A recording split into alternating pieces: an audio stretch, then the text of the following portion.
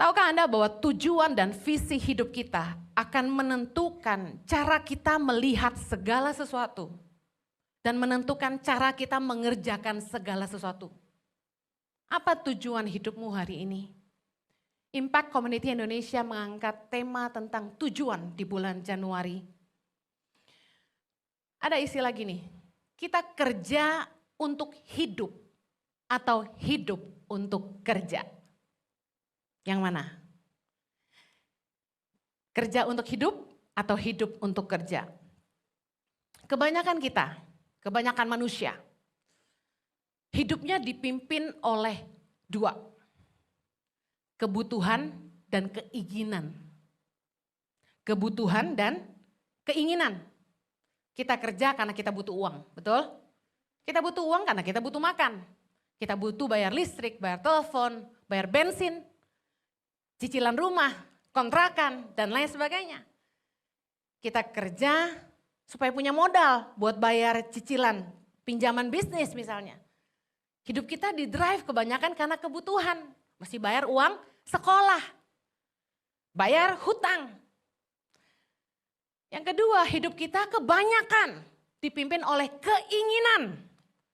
Karena pengen liburan ke Israel bareng Bu Heni. Saya percaya nih 2023 pada nabung nih. Ada baiknya sih punya gembala yang suka ke Israel, jadi jemaat diajar nabung, amin. Sebelum ke Eropa, jalan-jalan kemana-mana, ke Israel dulu lah, amen. Tapi tahun ini saya janji gak pergi sering-sering. Ya, saya sudah ngomong sama suamiku tergantang sedunia. You mau pergi sering-sering, I tidak ikut. Ya, kita tuh senang bawa jemaat ke Tanah Suci. Karena kita tahu banyak orang yang sebenarnya pengen pergi. Kalau gembalanya pergi kan jemaatnya jadi ikut. Amen. Kebanyakan kita dipimpin oleh kebutuhan dan keinginan. Dan kita tahu bahwa keinginan manusia tuh gak ada habisnya. You want more, and you want more. Saya gak pernah lihat orang yang udah kaya bisa bilang, cukup ah. Berikutnya kalau gue bikin pabrik lagi buat nolong orang aja deh. Belum pernah. Saya ketemu orang yang udah kaya banget aja masih doyan duit. Padahal kadang-kadang saya mikir ya, itu duit udah triliunan. Emang habis sampai 7 turunan? Manusia selalu want more and want more. Tapi tahukah Anda kalau tujuan Anda bekerja, tujuan Anda hidup, tujuan Anda berusaha hanya untuk memenuhi kebutuhan hidup Anda dan keinginan Anda yang gak ada habisnya. Guess what? Anda bakal kelelahan, exhausted, stress, burnout, desperate, putus asa.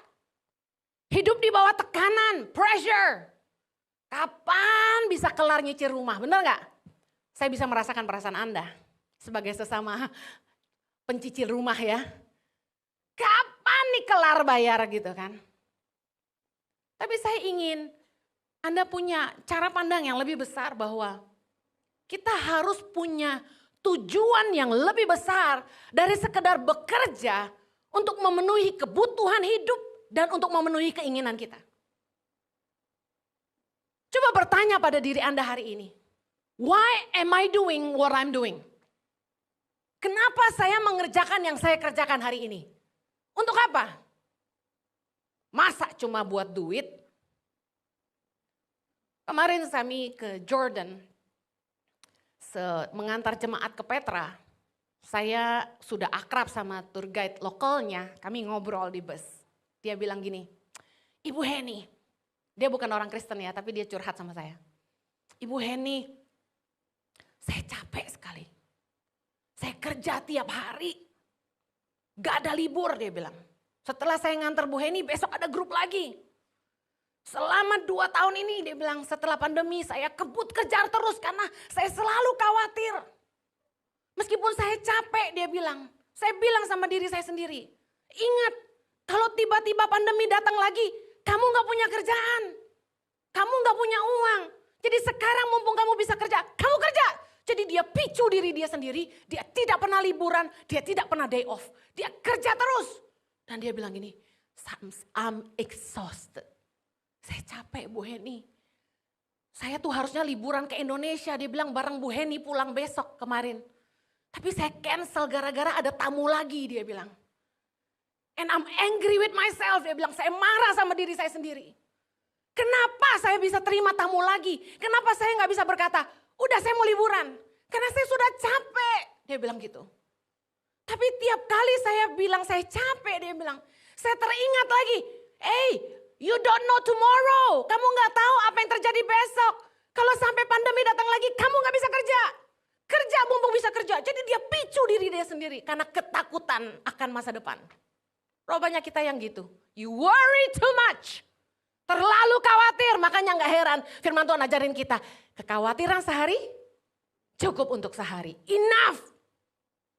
Tentu kita harus belajar seperti semut kata firman Tuhan. Yang mengumpulkan di musim panas. Supaya ketika musim dingin kita gak bisa kerja. Ketika masa sulit semua serba sedikit. Kita masih punya cadangan. Tetapi kita juga harus bijaksana dengan hidup kita. Anda kalau kerja terus gak ada istirahatnya, Anda akan mati muda. At the end, harta Anda buat apa? Heran orang kerja udah kayak kuda. Begitu tua, sakit jantung lah, kolesterol lah, kaki udah gak bisa jalan lah. Sorry ya, banyak anak muda bilang gini, ke Israel tunggu tua. Ngapain muda-muda ke Israel? Gue kasih tahu jangan nyusahin gue. Di atas 65 tahun, you have to come with your children. Saya bilang sama Pak Geri, ente jangan jadiin saya ini ya. Apa tuh yang ngangkat-ngangkat, poter. Gue kagak kuat ngangkatin koper orang. Gue ada sakit pinggang.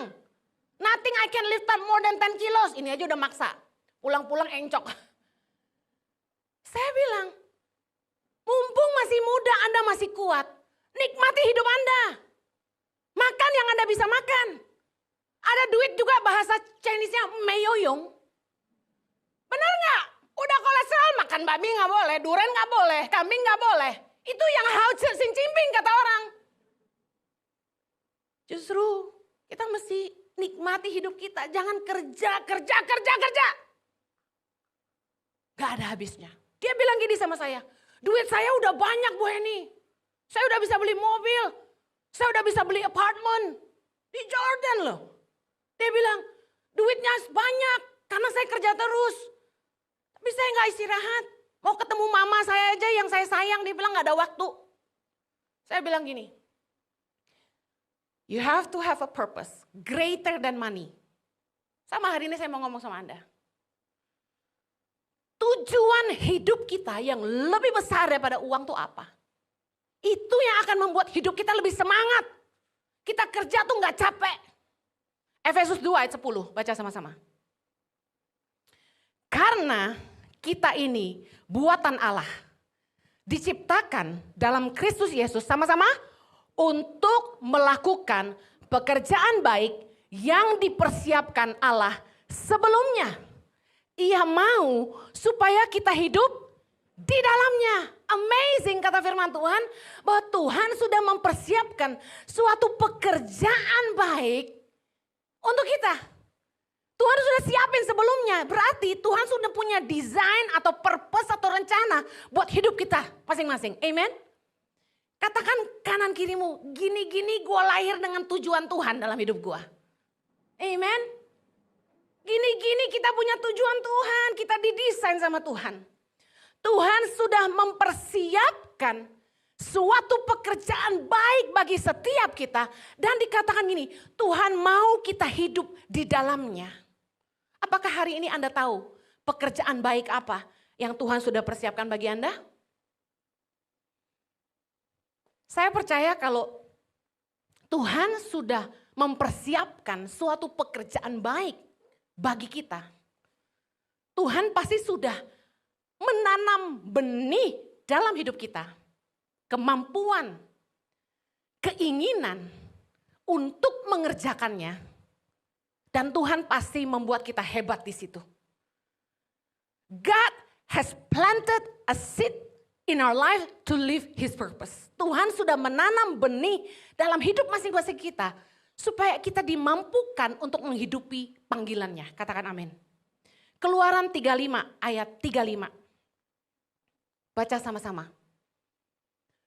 Keluaran 35, 321. Ia telah memenuhi mereka dengan keahlian untuk membuat segala macam pekerjaan seorang tukang, pekerjaan seorang ahli, pekerjaan seorang yang membuat tenunan yang berwarna-warna dari kain ungu tua, ungu muda, kain kirmizi dan lenan halus, dan pekerjaan seorang tukang tenun, yakni sebagai pelaksana segala macam pekerjaan dan perancang segala sesuatu. Wow.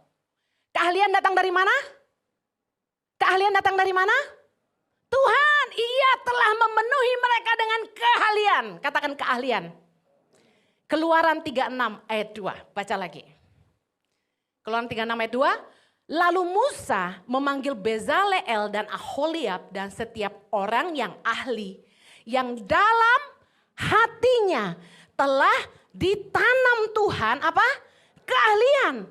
Setiap orang yang tergerak hatinya untuk datang melakukan pekerjaan itu. Multimedia tahan. Ada dua kata yang saya highlight di sini sangat penting. Bahwa Tuhan menanam yang pertama keahlian, katakan keahlian. Yang kedua, setiap orang yang tergerak hatinya, katakan tergerak hatinya. Jadi ketika Tuhan punya rencana untuk kita mengerjakan sebuah pekerjaan baik, ada benih yang Tuhan tanam dalam hidup kita, yaitu yang pertama, keahlian, the ability, dan yang kedua, keinginan. Digerakkannya hati kita untuk melakukannya. Desire to do it. Kemampuan dan keinginan adalah benih dari Tuhan untuk menghidupi panggilannya. Apa sih yang Tuhan tanam dalam hati kita? Skill atau yang kita sebut dengan talent. Yang kedua, passion. Saya percaya bahwa tadi kita sudah belajar sama-sama bahwa keahlian itu ternyata datang dari Tuhan. Yang Tuhan tanam dalam hati kita.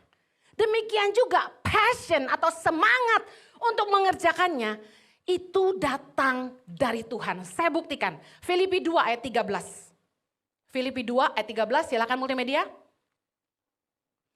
Karena Allah lah yang mengerjakan di dalam kamu baik kemauan maupun pekerjaan menurut kerelaannya. Dalam terjemahan TSI bagus sekali. Karena Allah lah yang memberikan keinginan bahkan kemampuan kepada kita masing-masing untuk melakukan hal-hal yang menyenangkan hatinya. Yaitu hal-hal yang dia desain buat kita. Tuhan tuh punya kehendak dalam hidup setiap kita. Dan apa yang menyenangkan dia adalah ketika kita mengerjakan apa yang jadi kehendaknya. Amen. Nah, jadi kalau Tuhan yang memberikan passion atau gairah dan ability atau kemampuan kepada kita untuk mengerjakan kehendaknya, pertanyaannya saya adalah gini, apa passion dan ability Anda? Banyak anak-anak itu waktu sekolah, saya katakan sejujur-jujurnya, sistem pendidikan di Indonesia keliru. Sudah bukan berita baru. Anak lulusan SMA nggak tahu mau kuliah apa. Mereka bingung. Kenapa? Karena selama sekolah dari TK sampai SMA, di sekolah nggak dibantu menemukan passion dan talent. Ability dan keinginan, desire mereka apa, passionnya apa.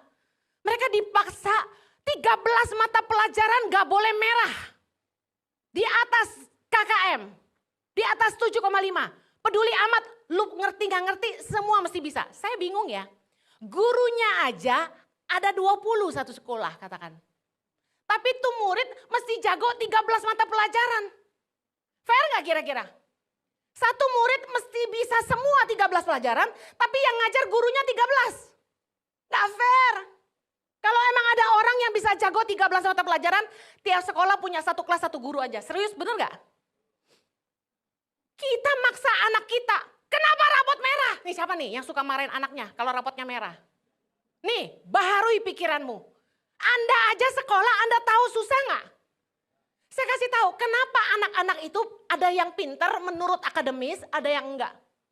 Karena kecerdasan tiap anak beda-beda. Yang jago ngafal pasti akademisnya pinter. Sebenarnya dia kagak ngerti lagi. Dia hafal mati aja. Yang penting rapot gue jangan merah, bener gak? Ada yang hoki, cap cip cup, A B C D, benar semua. Saya nggak pernah maksa anak saya juara, saya nggak pernah maksa anak saya harus ranking 10 atau ranking 1, nggak ada. Do your best, asalkan lewat KKM. Jangan sampai dibilang bodoh-bodoh banget gitu loh. Karena saya pengen bantu anak saya menemukan sebenarnya passion dia apa. Kadang-kadang orang tua tuh bangga, anak gue juara 1 dalam hati gue. Belum tentu besok-besok hebat.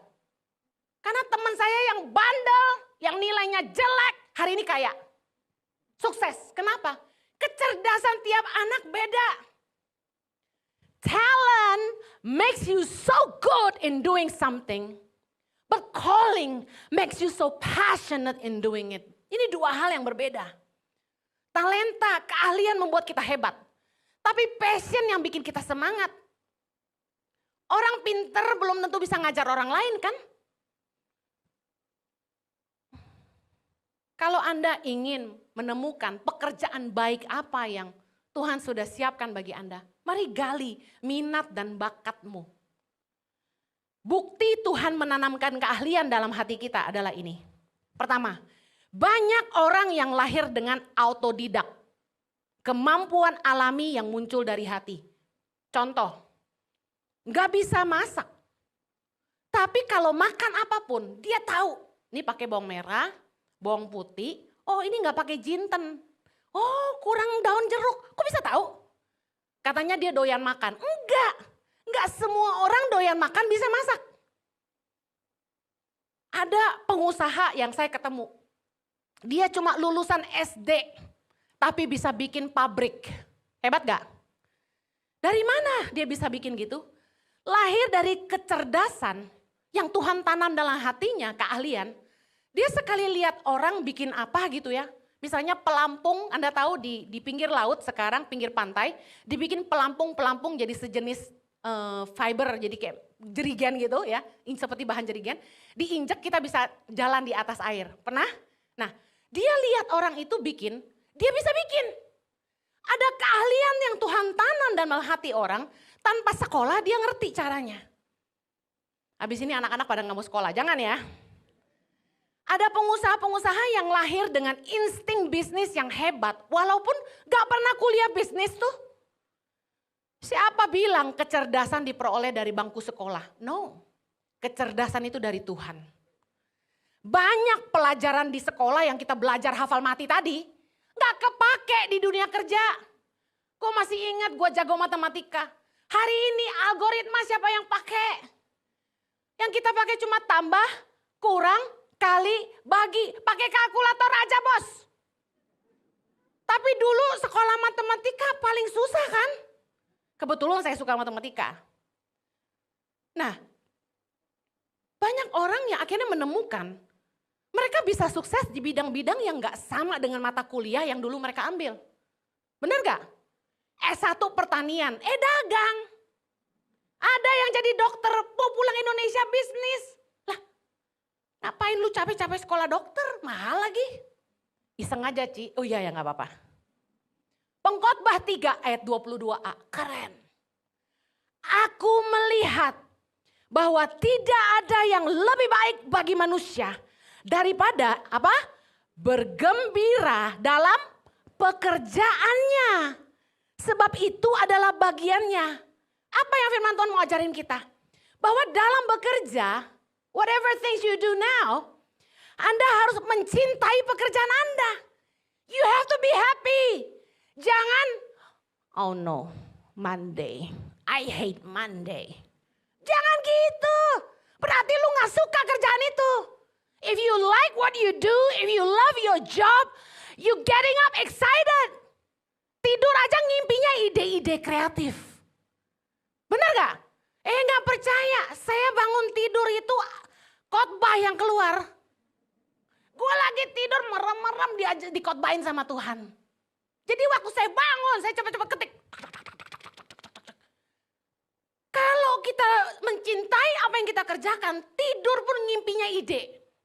Kreatif. Orang yang mencintai pekerjaannya cenderung kreatif. Banyak ide gak habis-habis. Excited. seneng berangkat kerja tuh, yeah I'm gonna do this. Bahkan terasa gini, aduh waktu kok kurang ya 24 jam gitu. It feels like, hah Sunday lagi, yay gitu. Keren kan firman Tuhan ya. Paling enggak kasih tahu anak Anda.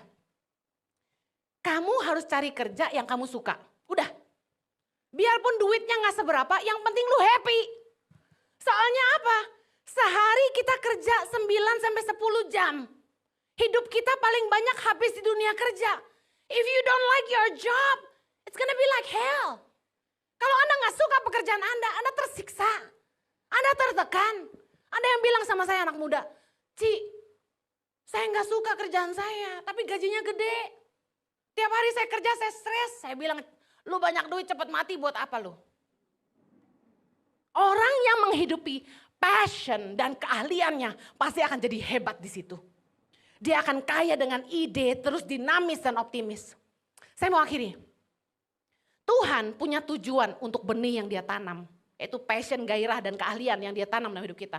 Apa tujuan Tuhan? Yang pertama, Tuhan memberikan benih dalam hidup kita. Supaya kita itu bisa berguna bagi kerajaan sorga. Supaya kita bisa jadi alat bagi kerajaan sorga. Yohanes 17 ayat yang keempat. Kita baca sama-sama. Aku telah mempermuliakan engkau di bumi. Dengan jalan mengerjakan pekerjaan yang engkau berikan kepadaku untuk melakukannya. Listen, pakai pekerjaanmu, pakai usahamu untuk mempermuliakan Tuhan di bumi. Amen. Yesus berkata, aku telah mempermuliakan engkau Bapaknya di bumi. Dengan jalan menyelesaikan pekerjaan yang engkau berikan kepadaku untuk melakukannya. Apakah hari ini Tuhan dipermuliakan dalam pekerjaanmu? Harusnya selama kita hidup di dunia ini, kita pakai benar-benar benih yang Tuhan tanam untuk mempermuliakan Bapa. Bicara soal bekerja untuk kerajaan sorga, mempermuliakan Tuhan dalam hidup kita, tidak selalu harus menguntungkan kita secara materi. Tapi saya percaya orang-orang yang mencintai Tuhan gak akan hitung-hitungan. Mereka akan pakai keahlian yang Tuhan tanam dalam hidupnya untuk kemuliaan Tuhan. Contoh, gereja ICI ini kan baru buka. Kami gak punya tim dekorasi. Sedih dah. Waktu Natal, ala kadarnya. Lihat guanya kan kemarin kan, parah. Gak ada tim dekorasi. Saya lihat di gereja orang bagus-bagus tiap bulan temanya. Tapi masalahnya tiap kali orang datang ke saya, gak ada yang bisa dekorasi. Dan maaf ya, ada yang orang yang saya tahu ahli di bidang art, saya dekati, bisa tolong bantuin kami bikin kostum ini buat sekolah minggu. Mahal. Heran gua, kan sudah diberkati ya kan di pekerjaan, udah diberkati di bisnis. Kenapa giliran pelayanan cari untung aja gitu loh. Firman Tuhan mengajar kita, ada benih yang memang harus kita tabur. Ada roti yang untuk kita makan, benar gak? 2 Korintus 9 ayat 10, ia yang menyediakan benih bagi penabur dan roti untuk dimakan. Ia juga akan menyediakan benih bagi kamu, ingat benih bagi dalam kita, dan melipat gandakannya dan menumbuhkan buah-buah kebenaranmu. Mari jadi berkat buat pekerjaan Tuhan. Jangan cari untung aja dalam pelayanan. Contoh lagi, pelayanan tuh gak cuma di mimbar, di asyir. Yuk bantu orang keluar dari kemiskinan, bantu saya mikir yuk. Tuhan bilang sama saya, Henny keluarkan orang dari kemiskinan.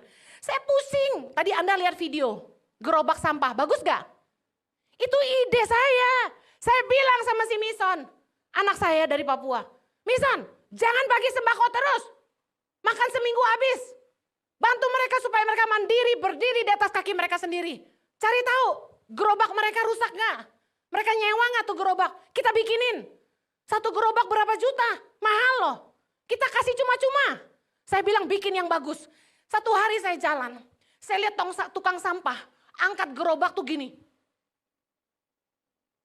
Setengah mati, rodanya 2 berat lagi. Pernah lihat kan? Saya bilang, kenapa gak pakai roda 3? Jadi tinggal dorong. Saya bilang sama anak saya, cari. Saya desain, bikin. Pikirin kita bisa bantu orang keluar dari kemiskinan. Gimana caranya? Itu pelayanan, itu benih. Seharusnya yang bantu saya mikirin kayak beginian tuh pengusaha. Anda kan kaya ide. Saya nggak punya ide-ide bisnis karena saya bukan pedagang. Harusnya kalau orang tuh jago bisnis, dia bisa pakai keahlian itu untuk bangunin bisnis buat orang lain. Jangan bilang gini, udah punya 3 perusahaan masih bangun lagi buat anaknya, bangun lagi buat cucunya, bangun lagi buat cicitnya. Ampun deh lo. Apa yang Anda bawa ke sorga nanti? Jangan melakukan segala sesuatu hanya untuk uang terus. Kalau untuk segala sesuatu yang kita kerjakan kita harus dapat bayaran, lalu apa yang kita mau tabur buat kekekalan? Karena apa yang kita nggak dibayar itu yang masuk hitungan sorga. Anda nolong orang nggak terima kasih, upahmu lebih besar lagi. Anda bantu orang, Anda dibayar, upahmu segitu aja kata firman Tuhan. Sesungguhnya mereka sudah mendapat upahnya kata firman Tuhan. Tapi kalau Anda nolong orang dan itu nggak dapat balasannya tuh di kerajaan sorga. Yesus jelas ngomong gitu. Mari pakai benih yang Tuhan tanam dalam hidup kita. Jangan hanya untuk jadi kaya, tapi mengerjakan kehendaknya dan mempermuliakan namanya. Kalau orang Kristen semua baik, nolong orang terus, Yesus dipermuliakan gak? Yang terakhir, Tuhan memberikan benih dan keahlian dan passion dalam hidup kita. Supaya kita bisa menghidupi diri kita sendiri dan jadi berguna untuk sesama. Efesus 4 ayat 28, sama-sama. Orang yang mencuri, janganlah mencuri lagi. Tetapi baiklah ia bekerja keras dan melakukan pekerjaan yang baik dengan tangannya sendiri. Supaya ia dapat membagikan sesuatu kepada orang yang berkekurangan. Kita harus bekerja untuk hidup, bukan mencuri untuk hidup. Kita harus menghidupi diri kita sendiri dan Tuhan bilang ini, berguna untuk sesama. Jadi kita kerja tuh bukan cuma buat kita bisa jadi berkat buat orang lain. Blessed to be a blessing, amen. Hidup ini bukan hanya untuk kaya, tapi jadi berguna bagi sesama dan kerajaan sorga. Kita cari uang gak akan ada habisnya. Pengkhotbah 5 ayat 9 berkata, siapa mencintai uang tidak akan puas dengan uang. Siapa mencintai kekayaan tidak akan puas dengan penghasilannya. Orang yang cinta uang gak akan berkata cukup. Seberapapun penghasilan orang, seberapa kaya pun gak ada puasnya. Saya kasih tahu gini, kalau Anda bangun usaha hanya dengan tujuan gue pengen makin kaya, gak heran orang tuh akan melakukan segala cara sekalipun akan merugikan sesama, bahkan menindas orang lemah. Betul? Dengar baik. Yesus berkata dalam Lukas 9 ayat 25.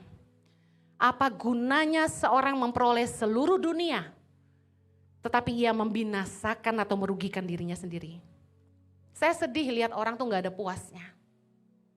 Berapa banyak temen tega makan temen. Saudara tega nipu saudara. Bukankah Yudas menjual Yesus hanya untuk 30 keping uang perak? Kurang hebat apa Yesus? Masa gagal memuridkan? Tidak. Semua keputusan hati orang. Amen. Kita semua udah dengar khotbah berapa ribu kali. Mau berubah enggak keputusan di tangan Anda? Kenapa sih orang tuh bisa jahat sama orang? Saya lihat cuma satu, keserakahan dan cinta uang. Makanya gak heran firman Tuhan berkata dalam 1 Timotius 6 ayat 10 bahwa cinta akan uang adalah akar segala kejahatan. Saya mau tutup. Anda bangun bisnis buat apa? Bangunlah bisnis yang tujuannya lebih besar daripada sekedar menjadi kaya. Contoh, ciptakan lapangan pekerjaan supaya mengurangi angka pengangguran. Kedua, bikin usaha yang menjawab kebutuhan masyarakat. Pikirin, oh masyarakat butuh ini, bikinin. Bangun usaha yang bisa nolong orang. Jangan lagi memperdaya tapi memberdaya orang lain. Ciptakan aplikasi-aplikasi atau alat-alat yang bisa membantu orang untuk bisa berkarya mulai dari rumah. Contohnya, bekerjalah bagi yang bekerja. Bekerjalah untuk tujuan yang lebih besar dari sekedar mendapat upah. Kerja jangan hanya makan gaji buta. Keberadaan kita dimanapun, organisasi, perusahaan, pelayanan harusnya jadi berkat. Mari perbaiki apa yang salah. Tingkatkan apa yang kurang. Keberadaan Anda harus menguntungkan perusahaan di mana Anda bekerja. Mari bantu perusahaanmu memperbesar omset, menambah aset, menambal apa yang bocor. Jangan sampai tujuan hidup kita cuma jadi kaya, kaya, dan kaya. Saya akhiri. Jangan selalu menilai segala sesuatu dengan uang. Jangan tujuanmu cuma jadi kaya. Karena cara Anda memandang hidup ini dipengaruhi oleh tujuanmu. Kalau tujuan Anda adalah mau jadi berkat yang mempermuliakan Allah, Anda pengen jadi berkat bagi sesama, cara Anda mengelola perusahaan, cara Anda bekerja, cara Anda melakukan segala sesuatu pasti beda. Amen. Anda akan mikir, pertimbangan hatimu selalu gini, kalau aku bikin begini jadi berkat gak? Kalau aku bikin begini Tuhan dipermuliakan gak? Saya berdoa cara pikir Anda diperbaharui Tuhan pagi hari ini. Amen.